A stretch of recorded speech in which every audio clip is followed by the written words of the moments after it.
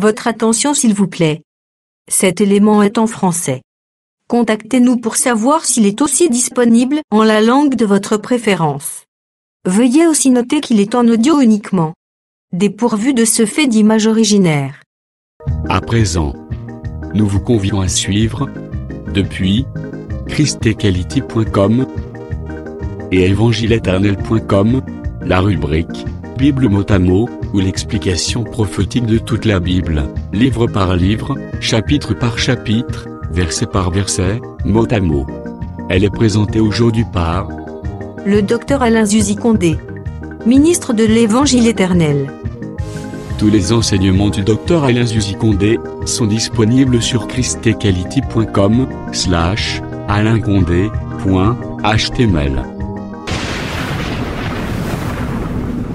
Bonne édification au nom de notre commun Seigneur et Dieu Jésus-Christ.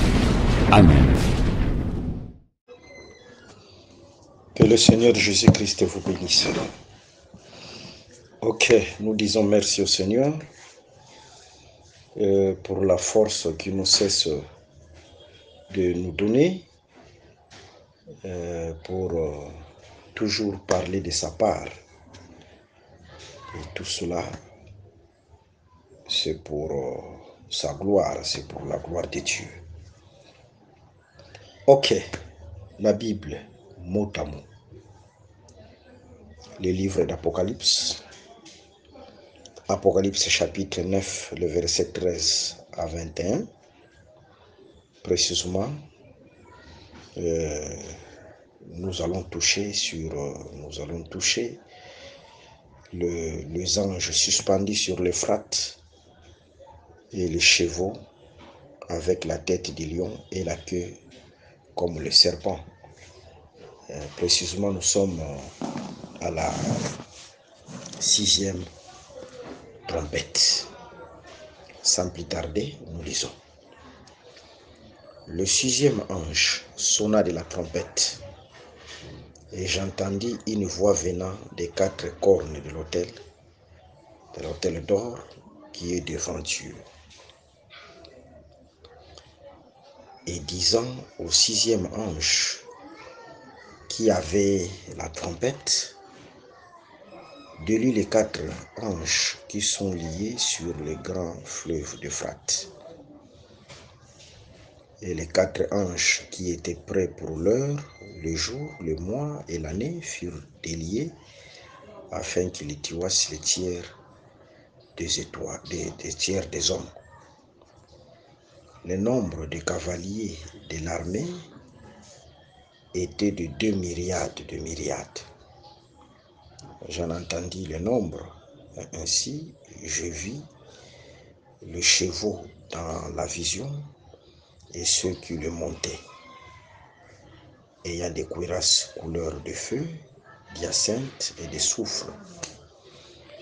Les têtes des chevaux étaient comme des têtes de lions, et de leur bouche il sortait du feu, de la fumée et du soufre. Les tiers des hommes furent tués par ces 3 fléaux, par le feu, par la fumée et par le soufre qui sortait de leur bouche. Car le pouvoir des chevaux était dans leur bouche et dans leur queue. Leur queue était semblable à des serpents ayant des têtes, et c'est avec elles qu'ils faisaient du mal. Les autres hommes qui ne furent pas tués par ce fléau ne se repentirent pas des œuvres de leurs mains, de manière à ne point adorer les démons et les idoles d'or, d'argent, d'airain, de pierre et de bois, qui ne peuvent ni voir, ni entendre, ni marcher. Et ils ne se repentirent pas de leur meurtre, ni de leurs enchantements, ni de leur impudicité, ni de leur vol. Que le Seigneur Jésus-Christ bénisse cette lecture et tous ceux qui vont nous écouter, nous suivre, qu'il soit aussi béni au nom de Jésus-Christ.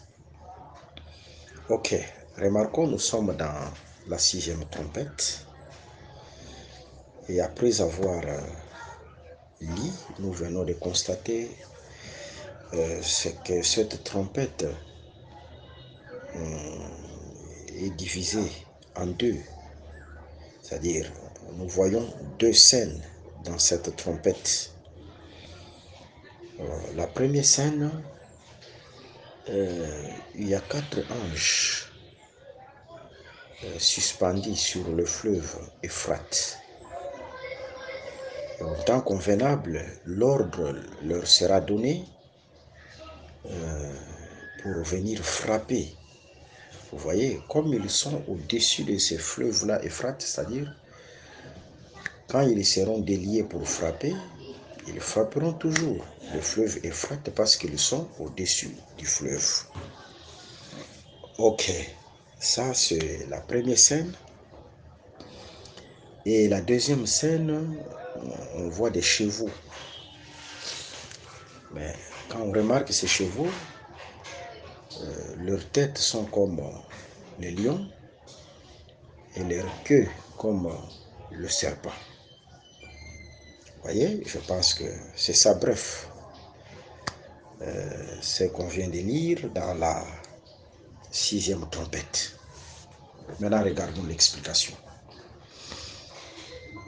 Ok.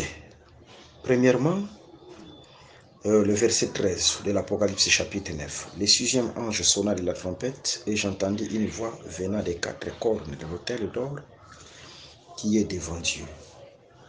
Là, c'est merveilleux. La voix sort de la corne de l'autel. Vous voyez, la corne de l'autel, ici, c'est l'autel des parfums. Parce que c'est l'autel qui est devant l'Éternel, c'est l'autel des parfums. Et cet autel jouait le rôle de... quand les souverains sacrificateurs entraient pour offrir les parfums, c'est-à-dire ça jouait le rôle de l'intercession. Vous voyez? Mais si vous remarquez la voix sortir de la corne, parce que cet autel ne portait pas seulement le parfum, mais à côté il y avait aussi les cornes. Alors, en d'autres termes, ici on ne voit pas les parfums, on ne voit pas les parfums, on ne voit pas les parfums. Seulement on fait mention aux cornes. Alors, si vous remarquez seulement les cornes, là dans les livres d'Exode chapitre 21, le verset 35, même Daniel chapitre 8, le verset 4, l'animal à cornes se sert de sa corne pour frapper. C'est-à-dire la corne c'est pour frapper. Vous voyez?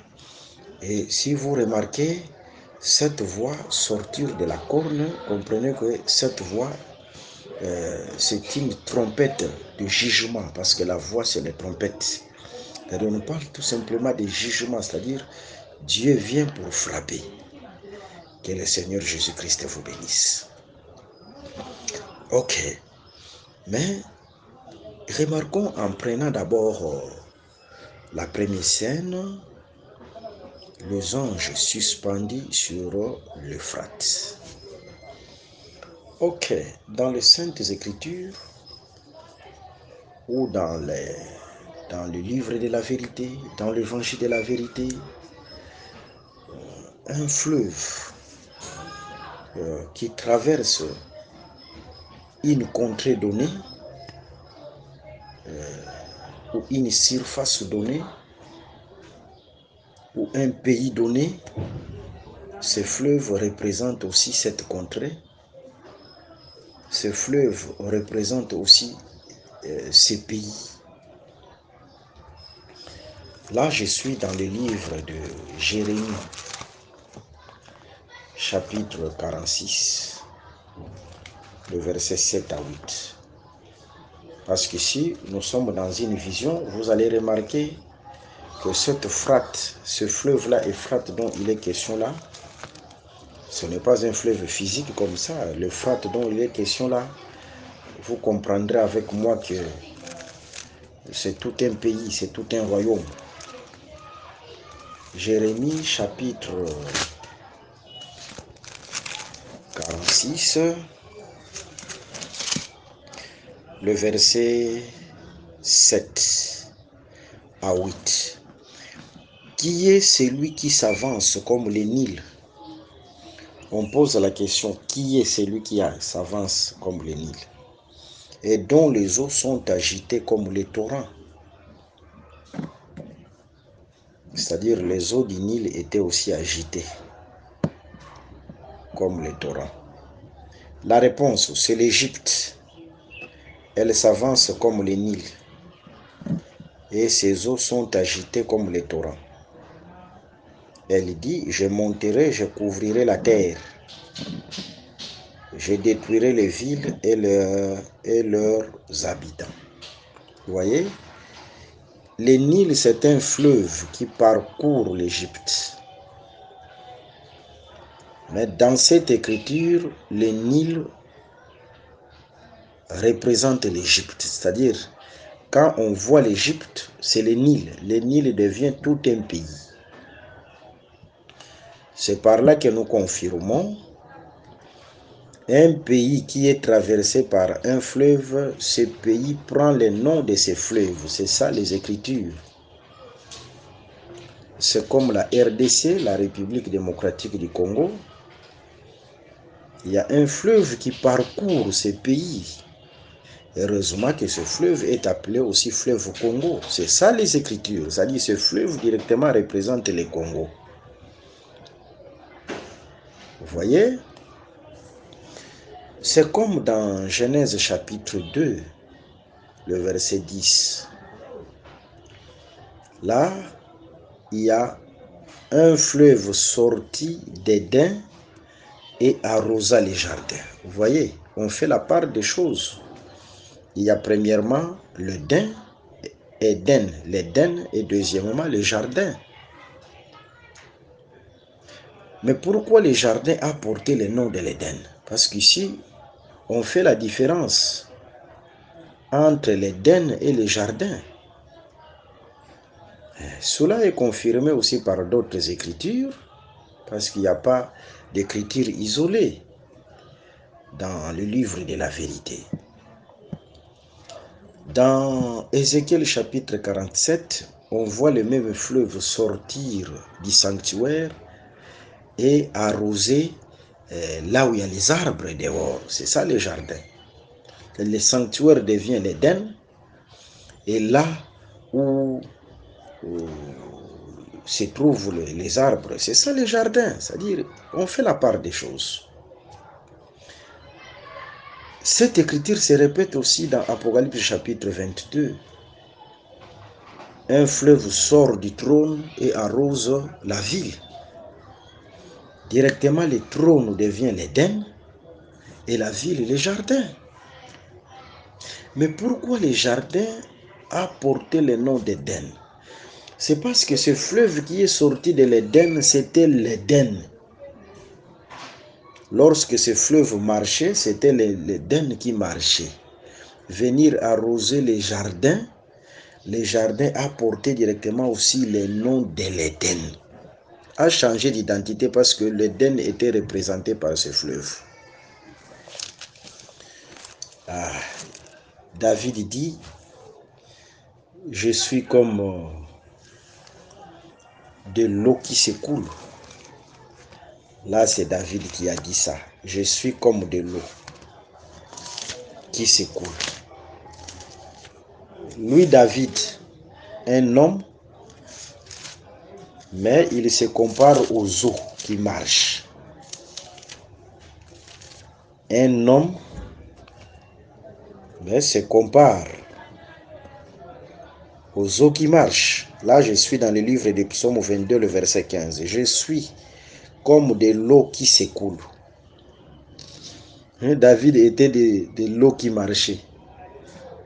Voilà. Par là, nous disons que le fleuve qui est sorti de l'Éden, c'était un homme qui devait sortir du trône, c'est-à-dire du ciel. Matthieu chapitre 5, le verset 34 à 35, le ciel c'est le trône, c'est ça l'Éden. Mais lorsqu'il est venu sur la terre, c'est pour visiter un jardin, c'est-à-dire une femme. Cantique de Cantique 4, le verset 12, la femme c'est un jardin. Et la femme qui est visitée, Éphésiens chapitre 5, c'est l'Église. Et il a changé notre identité, nous avons porté l'identité du ciel. Mais lorsque Jésus était sur la terre, venant du ciel, c'était le ciel qui marchait. Ne vous posez pas de questions qui est resté au ciel. Le ciel, c'était cet homme-là qui marchait sur la terre. Il représentait l'Éden, il représentait tout le ciel. Que le Seigneur Jésus-Christ vous bénisse. Ça, c'était juste une illustration pour vous faire comprendre clairement ce que nous sommes en train de dire. Alors, quand on parle de l'Euphrate, l'Euphrate, c'est un fleuve babylonien. C'est un fleuve de la Babylonie, l'Euphrate. Et je prends une écriture, Jérémie chapitre 46, le verset 10. Ce jour est au Seigneur, à l'Éternel des armées. C'est un jour de vengeance où il se venge de ses ennemis.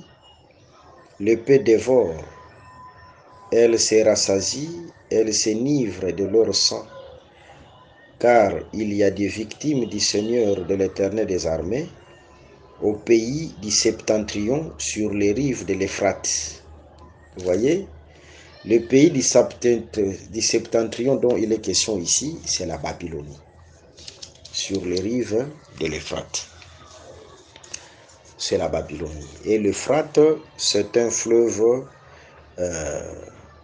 babylonien. Par là, nous comprenons ces anges-là suspendus sur l'Euphrate. Ces Euphrate-là, ça part de la Babylonie. C'est la Babylonie, c'est tout un royaume. Ok, mais remarquez, l'Euphrate est appelé aussi grand fleuve. Allons dans le livre de Genèse. Genèse chapitre 15.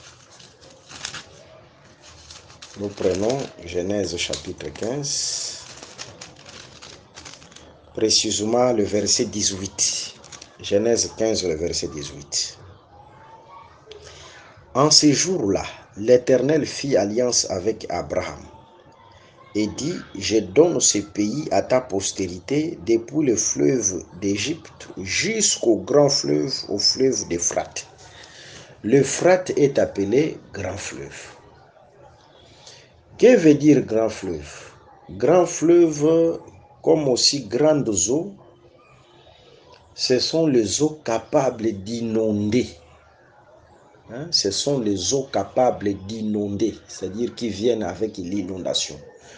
C'est le grand fleuve qui inonde, qui vient avec l'inondation. Nous allons comprendre ça tout de suite, que veut dire inondation. Alors, si l'Euphrate égale grand fleuve, ou si l'Euphrate c'est un grand fleuve, et si l'Euphrate égale Babylone, Babylone comme grand fleuve, c'est ça, grande Babylone. C'est-à-dire, grande Babylone veut dire grand fleuve. Comme Euphrate, comme grand fleuve. C'est-à-dire, la grande Babylone, c'est le temps où la Babylonie va inonder la terre. Comme grand fleuve, il viendra avec l'inondation. Oh, c'est merveilleux, c'est merveilleux. C'est-à-dire, quand vous voyez ces anges-là sur le fleuve Euphrate, comprenez que c'est le temps de l'inondation. Et nous allons placer ça dans la ligne prophétique. À quand le temps de l'inondation? Prenons les Écritures concernant l'inondation. Nous sommes dans les livres d'Ésaïe. On prend rapidement le livre d'Ésaïe. Ok, on prend chapitre 8. Ésaïe chapitre 8. Nous commençons par le verset 7 jusqu'au verset même 8. Voici le Seigneur va faire monter contre eux les puissantes et grandes eaux du fleuve, le roi d'Assyrie et toute sa gloire. Il soulevera partout au-dessus de son lit, c'est l'inondation, et il se répandra sur toutes ses rives. Il pénétrera dans Juda, dévorera et inondera. Il atteindra jusqu'au cou. Le déploiement de ses ailes remplira l'étendue de ton pays, ô Emmanuel. Vous voyez, inonder ici veut dire dominer. Inonder dans Ésaïe chapitre 5, le verset 7 à 8, c'est dominer.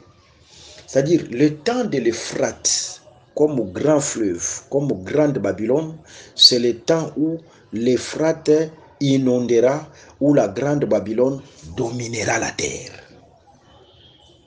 Maintenant, en ces temps-là, lorsqu'il va dominer la terre, où il va inonder, alors les anges seront suspendus sur l'Euphrate. Vous voyez? Les anges suspendus sur l'Euphrate, c'est ça le temps de silence d'une demi-heure. Là, quand nous avons lu Apocalypse chapitre 8, nous n'avons pas développé ce silence de demi-heure parce que nous avons promis à la fin de ce chapitre, nous allons donner la ligne prophétique. C'est-à-dire, silence de demi-heure veut dire les anges sont là, suspendus sur l'Euphrate. Ils ne disent rien, ils sont silencieux. Le ciel est silencieux. Vous voyez, on a laissé le temps à l'Euphrate d'inonder. On a laissé le temps à la grande Babylone de dominer. Et ici, nous sommes à la deuxième moitié. 3 ans et demi de la deuxième moitié. C'est ça le silence de demi-heure, d'une demi-heure. Vous voyez, quand nous allons donner la ligne prophétique, on va donner beaucoup de précisions là-dessus. Ayez vos apaisements. Voilà un peu. Cette scène, c'est comme dans Genèse chapitre 1. L'Esprit de Dieu se mouvait au-dessus des eaux. Mais sous les eaux, il y avait une terre qui était inondée par les eaux, dominée par les eaux. Une terre dominée par les eaux. C'est-à-dire, à la deuxième moitié, la grande Babylone ou la bête, l'antichrist, dominera la terre. C'est ça le temps de l'Euphrate. C'est ça le temps de l'Euphrate. Alors, les anges qui sont là enchaînés dessus, je vais vous donner l'écriture d'enchaîner.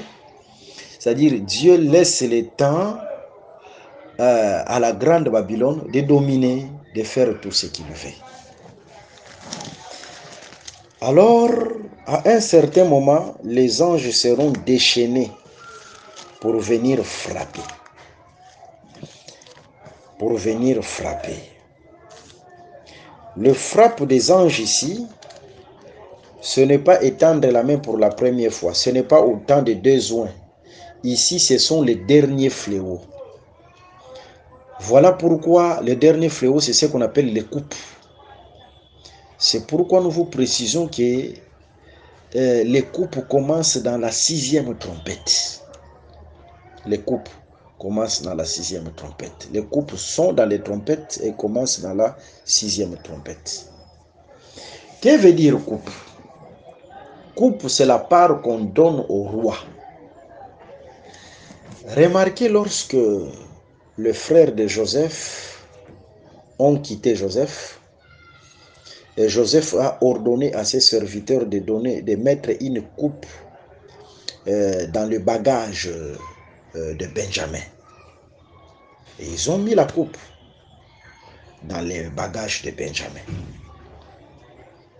Et lorsque Joseph enverra de ses serviteurs égyptiens pour ramener ses frères et vérifier qu'il y avait la coupe, on va trouver la coupe dans les bagages de Joseph.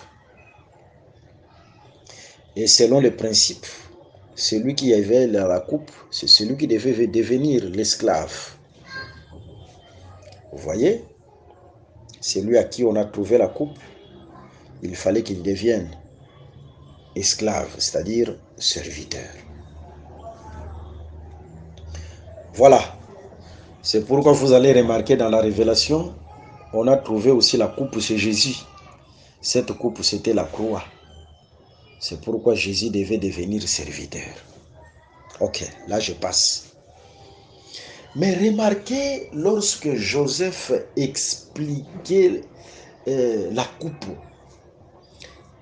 il dira, vous avez dérobé la coupe dont mon Seigneur se sert pour deviner.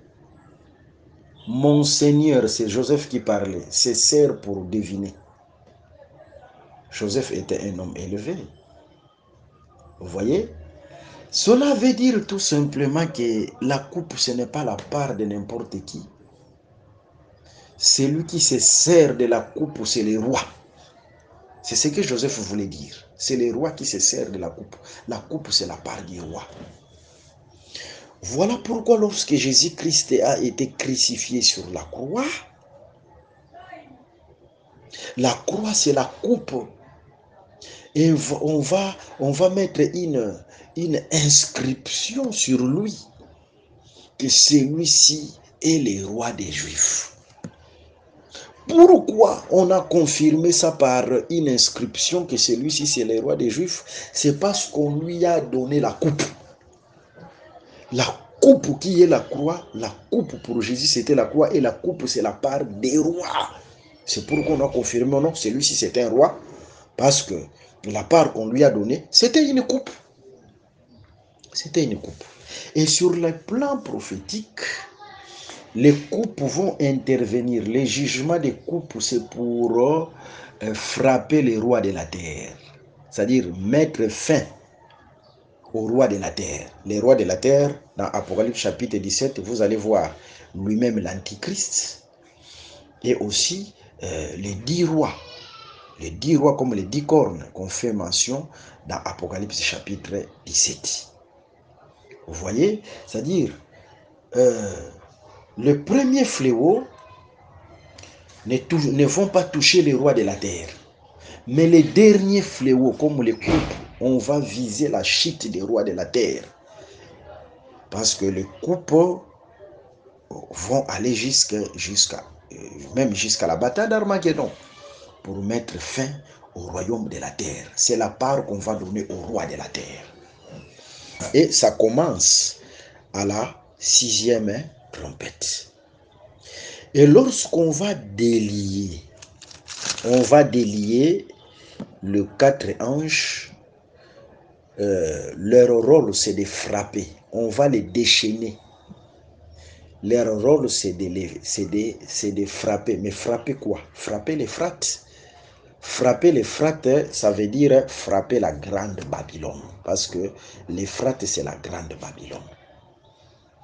Ils ont pour mission de frapper la grande Babylone. C'est-à-dire, les frappes des 4 anges seront constatées après que la bête ait dominé la terre. Il faut qu'on donne d'abord le temps de l'Euphrate. Le temps de l'Euphrate, c'est-à-dire le temps de la domination de la grande Babylone. Il faut d'abord que la bête domine.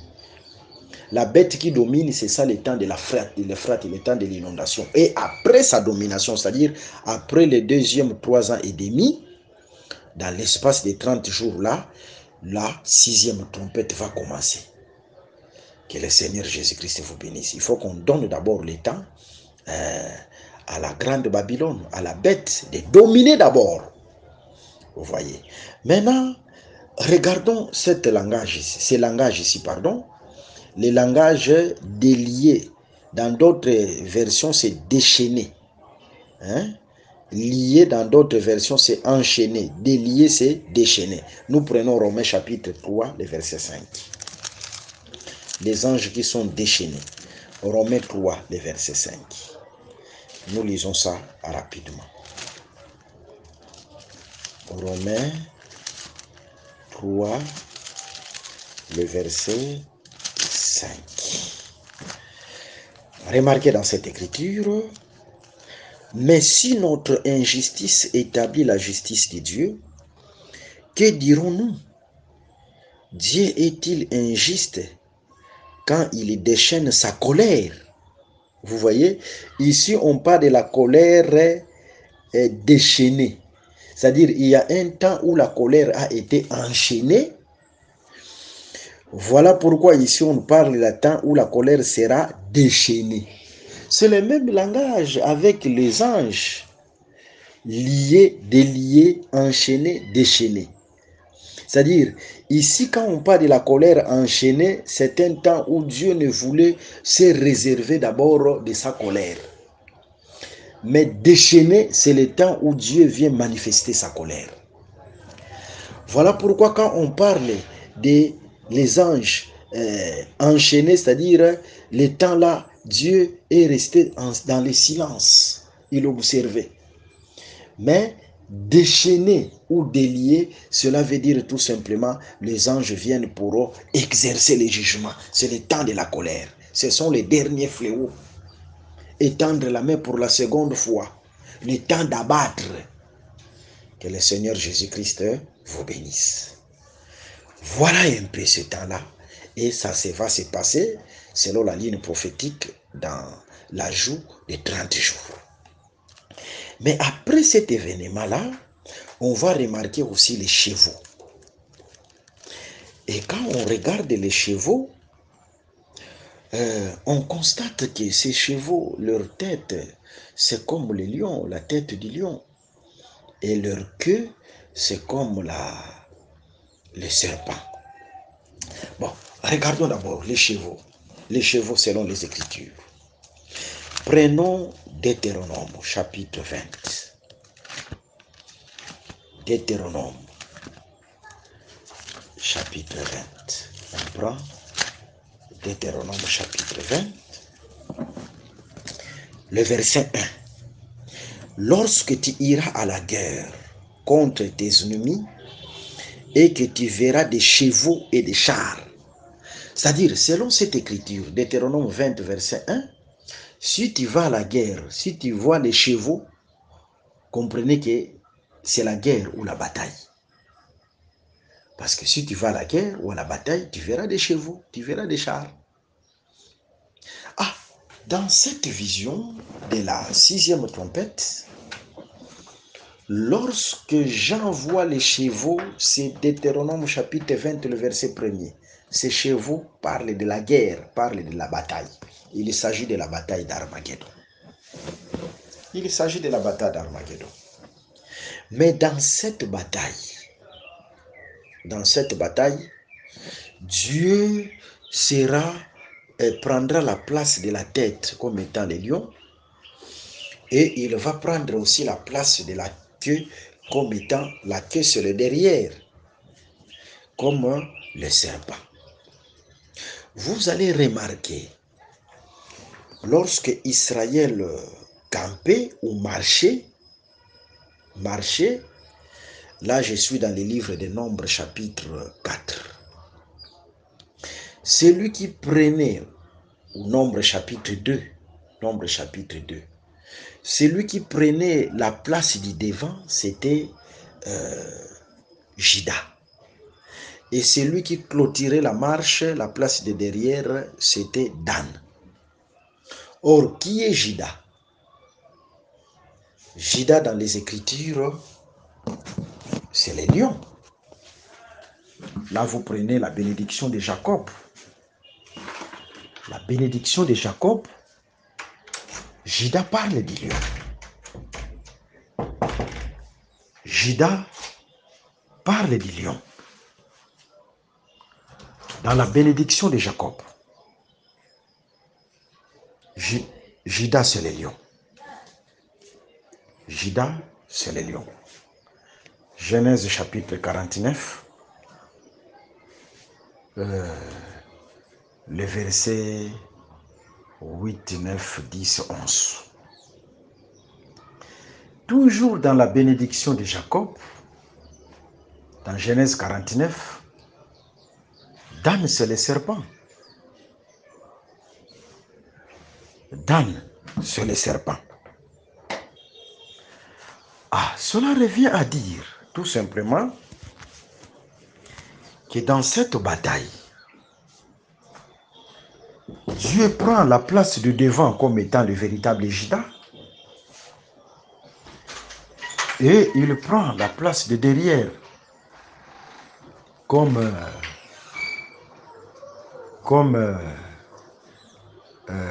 Dan. Voilà un peu. C'est ce qui va se passer et nous devons chercher dans les Écritures. Quand est-ce que Dieu a pris la place de devant comme Dan et comme Juda et a pris la place de derrière comme Dan? C'était pour faire quoi? Au juste. Je suis dans les livres de Genèse chapitre 14 et Genèse chapitre 15. Israël est sorti de l'Égypte dans Exode chapitre 12 par la Pâque. Et juste après la sortie, Pharaon a pris sa troupe d'élite avec les chevaux. Ils ont suivi Israël. L'objectif était de les ramener dans l'esclavagisme en Égypte. Mais remarquons, arrivé à la mer Rouge, c'était la bataille. La mer Rouge, il y avait une bataille là. Dieu qui est la nuée qui conduisait Israël. Exode chapitre 14, verset 19. L'ange de l'Éternel qui conduisait Israël, c'était la nuée. Et l'ange de l'Éternel, c'est l'Éternel lui-même.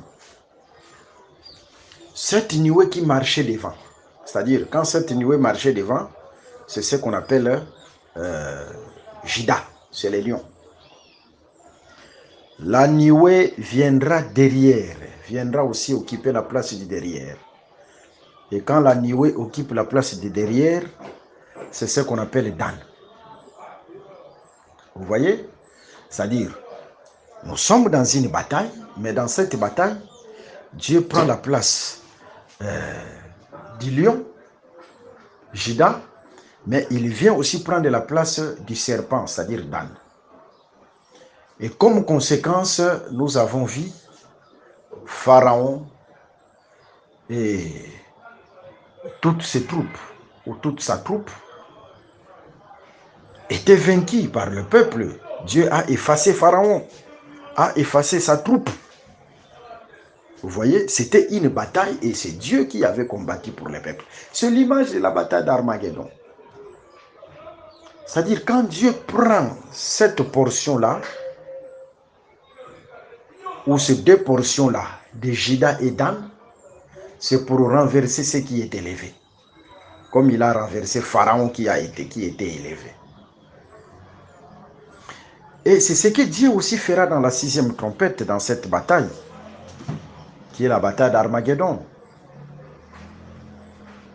Il y aura Pharaon qui sera élevé, mais en ce temps-là, l'Antichrist, la bête. Mais dans cette bataille, Dieu renversera Pharaon, renversera les rois de la terre. Voilà ce qui va se passer. Ok. Je prends encore... je prends un autre chemin. Je prends un autre sentier.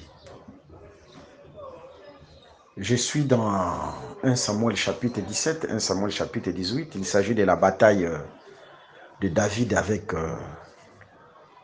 Goliath. David prendra la pierre et lance la pierre contre Goliath. La pierre va toucher Goliath juste au front. Le front, c'est la tête. Mais vous allez remarquer, Goliath là comme un homme élevé, c'est l'image aussi de la statue qui est dans Daniel chapitre 2, la statue qui est élevée. C'est aussi un autre Goliath. Dieu parle de plusieurs manières. La pierre ici, dans le livre de Samuel, va toucher Goliath à la tête. Mais si vous venez dans Daniel chapitre 2, la pierre touchera aux pieds. C'est ça Dan. Dan à qui on a donné le pouvoir de mordre les talons pour que le cheval tombe à la renverse. Les cavaliers tombent. Vous voyez?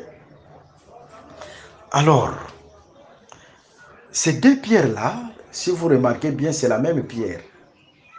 Mais dans le livre de Samuel, quand cette pierre touche la tête, la pierre prend la place de Juda. Mais dans Daniel chapitre 2, quand la pierre touche le pied, la pierre prend la place de Dan.